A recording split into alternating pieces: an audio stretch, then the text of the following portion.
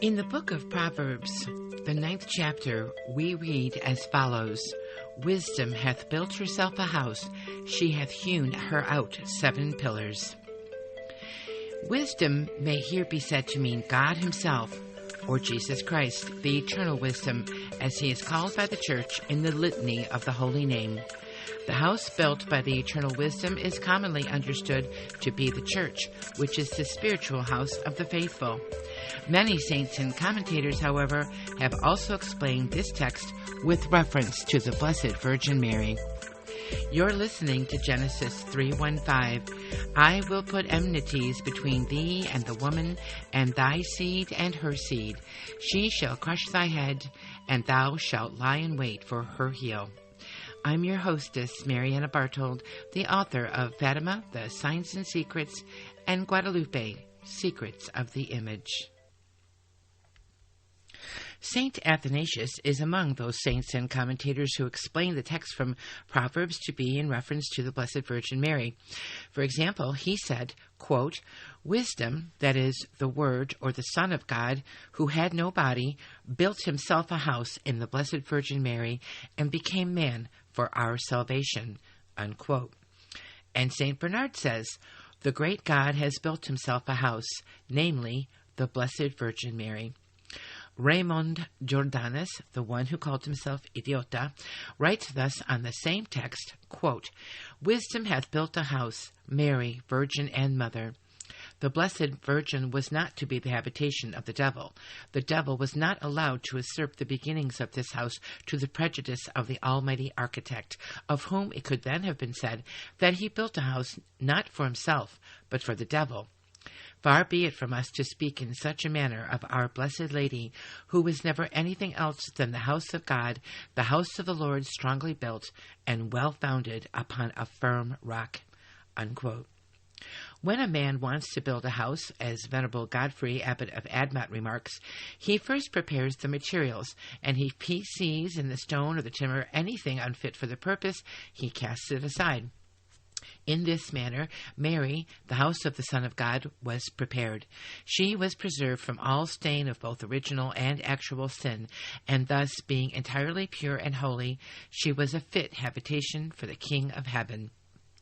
The 7 pillars which support the house of the eternal wisdom may be looked upon as representing the 7 gifts of the Holy Ghost. This is the opinion of many authors, among whom we may mention Paul, surnamed the Deacon, who describes Mary as the virginal house supported by 7 columns because she was enriched with the 7 gifts of the Holy Ghost, to wit, wisdom, understanding, counsel, fortitude, knowledge, godliness, and the fear of the Lord. St. Peter Damian speaks in the same sense. Others, as Cornelius a Lapide remarks, see in the 7 pillars symbols of the 7 principal virtues with which the Blessed Virgin was adorned and endowed, namely, the 3 theological virtues of faith, hope, and charity, and the 4 cardinal virtues of prudence, justice, fortitude, and temperance. These being the chief virtues from which all the others spring, and upon which all the others rest, may properly be called the columns of our spiritual edifice, that is, of all our actions and of our whole life.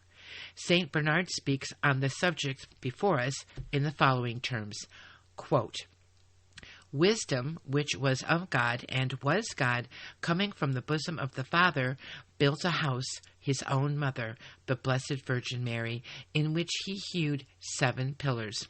How did he hew in her 7 pillars? But by preparing her as a fit habitation in faith and in good works.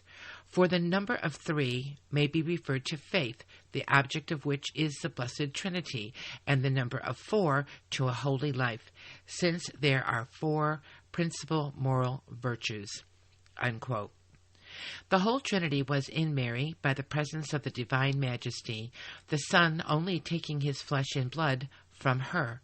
This is evidently declared by the heavenly messenger, who, revealing to her the mystery of the Incarnation, addressed her, saying, Hail, full of grace, the Lord is with thee. And again, the Holy Ghost shall come upon thee, and the power of the Most High shall overshadow thee, as we read in Luke chapter 1, verses 28 and 35.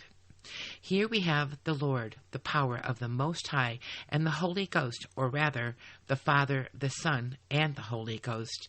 For the Father cannot be without the Son, nor the Son without the Father, nor the Holy Ghost without both, as he proceeds from both, according to the words of the Son, who said, quote, I am in the Father, and the Father in me, unquote, and, quote, the Father who abideth in me, he doth the works, unquote.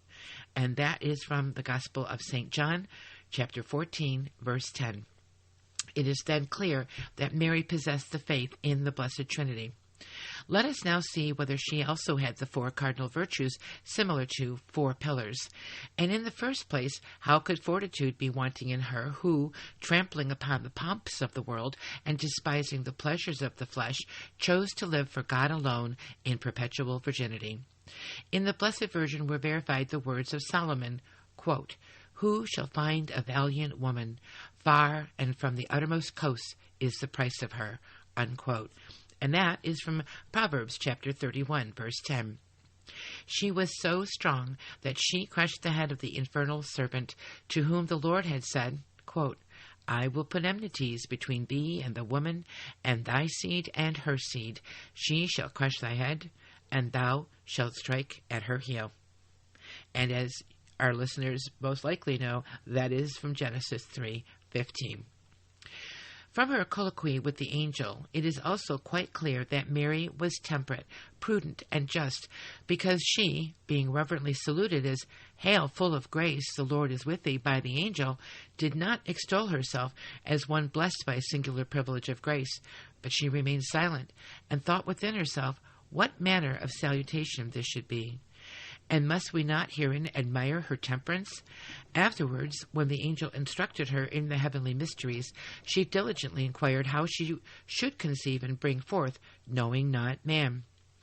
And in this, no doubt, she was prudent. Her justice also evidently appears when she professes herself to be the handmaid of the Lord.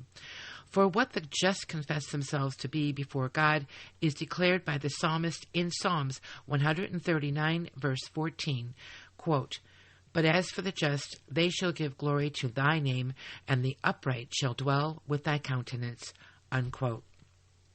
Thus we see that the Blessed Virgin Mary was strong in her purpose, temperate in her silence, prudent in her question, and just in her confession that she is the handmaiden of the Lord.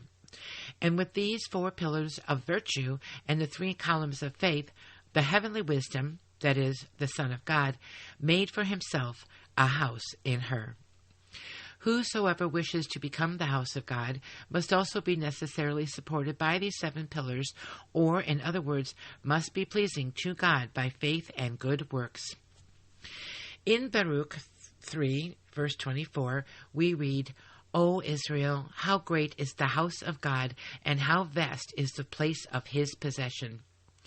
Cornelius a Lapide remarks that the house of God, of which the prophet here speaks, is the whole world. But if the universe is a great and admirable production of the Most High, how much greater and more sublime is Mary, who is the masterpiece of God and the best of his creatures. If wisdom, as Baruch says, was not found in Canaan nor in Theman, both of them countries which were reputed the most advanced in knowledge, where shall we look for it? Where may we expect to find it but in God's own house, which he constructed and which he dwelled? Mary is the great and admirable house of wisdom. In Mary we shall find God. If Mary is the house of the Lord, if in her we find God, she is then also a house and a home to us all, and we may apply to her the words of the 64th Psalm, quote, We shall be filled with the good things of thy house, holy is thy temple, unquote. And which of the good things that are contained in this house do we stand more in need of than the boundless mercy of the Mother of God? The mercy found in this house is, like the house itself, immense, as St. Bernard beautifully explains in these words, O Blessed Lady, who shall compass the length and the breadth and the height and the depth of thy mercy? Its length profits all those who shall invoke thee even to the last day. Its breadth fills the whole world, so that we may say of thee also that the earth is full of thy mercy. Its height restores the heavenly Jerusalem. Its depth procures redemption to those who sit in darkness and in the shadow of death. Through thee, heaven is filled with new citizens. Hell is robbed of its prey. The ruins of Jerusalem are built up, and poor sinners obtain a new life. And that is from St. Bernard's Sermon 4 on the Assumption. Thank you for listening to today's episode. If you would like to hear future broadcasts, kindly do 2 simple things. First, like this episode, and second, subscribe to this channel, Genesis 315. Until the next time, may God bless you, and may Our Lady Mary keep you and yours under her starry mantle. Salve Regina.